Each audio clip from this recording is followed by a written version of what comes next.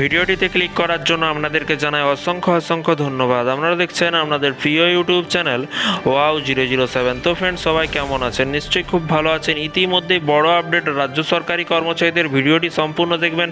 স্থায়ী অস্থায়ী চুক্তিভিত্তিক কর্মচারীদের জন্য কিন্তু দারুণ খুশির খবর। ইতিমধ্যে এক ধাপে কিন্তু অনেকটাই ভাতা বৃদ্ধি করলো মাননীয় মুখ্যমন্ত্রী। নবান্ন থেকে কি বলা হয়েছে বিস্তারিত চলুন দেখে নেওয়া যাক।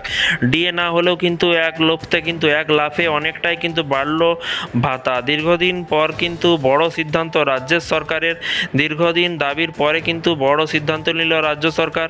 বলা হয়েছে ক্রমাগত মূল্যবৃদ্ধির বাজারে সাধারণত মানুষের যে টেকা দায় হয়ে দাঁড়িয়েছে। বারংবার সরকারের কাছে একাধিক ভাতা বৃদ্ধির দাবি জানিয়ে এসেছে সরকারি কর্মচারী। ওইদিকে কেন্দ্রীয় হারে মহার্ঘ ভাতার দাবিতে কিন্তু বহুদিন থেকেই চলছে আন্দোলন।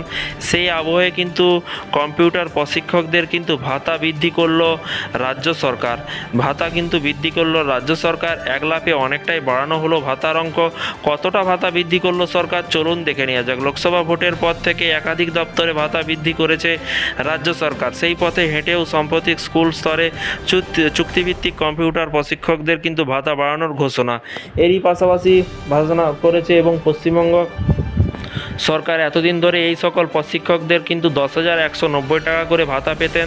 তবে এবার বেশ অনেকটাই কিন্তু ভাতা বাড়ানোর সিদ্ধান্ত নিল রাজ্য সরকার। অভিজ্ঞতার ভিত্তিতে ধাপে ধাপে ন্যূনতম ভাতা কাঠামো পরিবর্তন করা হলো। জানিয়ে রাখি, এক ধাক্কায় কিন্তু 7,000 টাকা করে ভাতা বৃদ্ধি পেল কম্পিউটার শিক্ষকদের। অভিজ্ঞতার ভিত্তিতে তাদের কিন্তু ভাতার কাঠামো ধাপে ধাপে বাড়ানোর সিদ্ধান্ত নিয়েছে রাজ্য সরকার।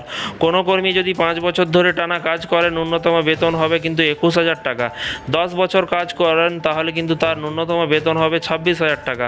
কোনো কর্মী যদি 15 বছর কাজ করলে কিন্তু ন্যূনতম বেতন হবে কিন্তু 32,000 টাকা। 20 বছর ধরে কাজ করলে 39,000 টাকা পর্যন্ত কিন্তু বেতন বৃদ্ধি হবে এই কম্পিউটার টিচারদের।